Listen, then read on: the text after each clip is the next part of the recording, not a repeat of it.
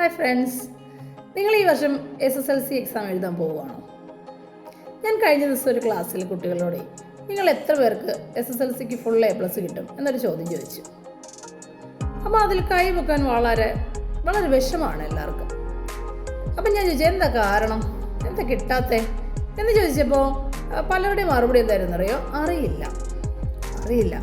അതൊരു തരം എസ്കേപ്പിസമാണ്, അറിയില്ല. പക്ഷേ ഞാൻ പറഞ്ഞ മറുപടി എന്താണെന്നറിയോ?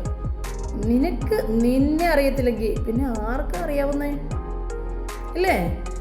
എനിക്ക് കിട്ടുമെന്ന് എനിക്ക് പോലും അറിയത്തില്ല, പിന്നെ ആർക്കും അറിയാവുന്നേ? അപ്പം നമ്മളില്ലേ ഇത് മേടിക്കണം എന്നുണ്ടെങ്കിൽ ഇപ്പം ഞാൻ ഒരാൾ നമ്മളോട് ചോദിക്കുമ്പോൾ നമുക്ക് വളരെ കോൺഫിഡൻസ് ആയിട്ട് നമ്മൾ റിപ്ലൈ ചെയ്യണമെന്നുണ്ടെങ്കിലുണ്ടല്ലോ, നമുക്ക് തന്നെ ഒരു ബോധ്യം വേണം നമുക്കിത് കിട്ടുമെന്ന്. അങ്ങനെ ബോധ്യം വേണമെങ്കിൽ അതിന് വേണ്ടിയിട്ടുള്ള പണി നമ്മൾ എടുക്കണം അല്ലേ? അപ്പോൾ എന്ത് ചെയ്യണം? നമ്മൾ ആദ്യം ചെയ്യേണ്ടത് എന്നാണെന്നറിയോ? നിങ്ങളിപ്പോൾ ഏത് എക്സാം ആയിക്കോട്ടെ, നിങ്ങൾ അത് എഴുതാൻ പോവുകയാണെങ്കിൽ നിങ്ങൾ ആദ്യം ചെയ്യേണ്ടത് യു പ്രിപ്പയർ യുവർ സെൽഫ്. നിങ്ങൾ ആദ്യം നിങ്ങളെ ഒരുക്കണം.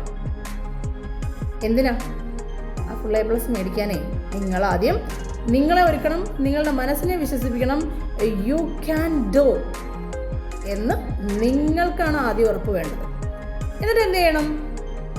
പവർഫുള്ളായിട്ട് നമ്മൾ പഠിക്കാനായിട്ടിരിക്കുക. ഓരോ ദിവസവും നമ്മൾ പഠിക്കാനിരിക്കുന്നതിന് മുന്നേ ഉണ്ടല്ലോ, നമ്മൾ ആദ്യം ക്രിയേറ്റ് ചെയ്യേണ്ടത് ആ പവറാണ്. പവർ, ഐ വിൽ ഡു എന്ന് ഉറപ്പിച്ചിട്ട് വേണം നമ്മൾ ഈ പഠിക്കാനിരിക്കാൻ വേണ്ടി. ഉറപ്പായിട്ട് നിങ്ങൾക്ക് കിട്ടും, ഒരു സംശയം വേണ്ട. കാരണം ആരാ പറഞ്ഞേക്കുന്നേ? നമ്മൾ തന്നെയാണ് അല്ലേ? അപ്പോൾ നിങ്ങൾ എളുപ്പത്തിൽ ഒരു കാര്യം ചെയ്യേണ്ടത് എന്താണെന്ന് അറിയാം. ഇപ്പോൾ നമ്മൾ ഗൂഗിളിലൊക്കെ നോക്കിക്കഴിഞ്ഞാൽ നമുക്ക് SSLCയുടെ മാർക്ക് ലിസ്റ്റ് എങ്ങനെയാണെന്ന് അറിയാൻ പറ്റും. And you prepare your mark list. നിങ്ങളുടെ പേരൊക്കെ എഴുതി നിങ്ങൾ എപ്പോഴും യൂസ് ചെയ്ത ഒരു ബുക്കിനകത്ത് നിങ്ങളൊരു മാർക്ക് ലിസ്റ്റ് തയ്യാറാക്കിക്കേ.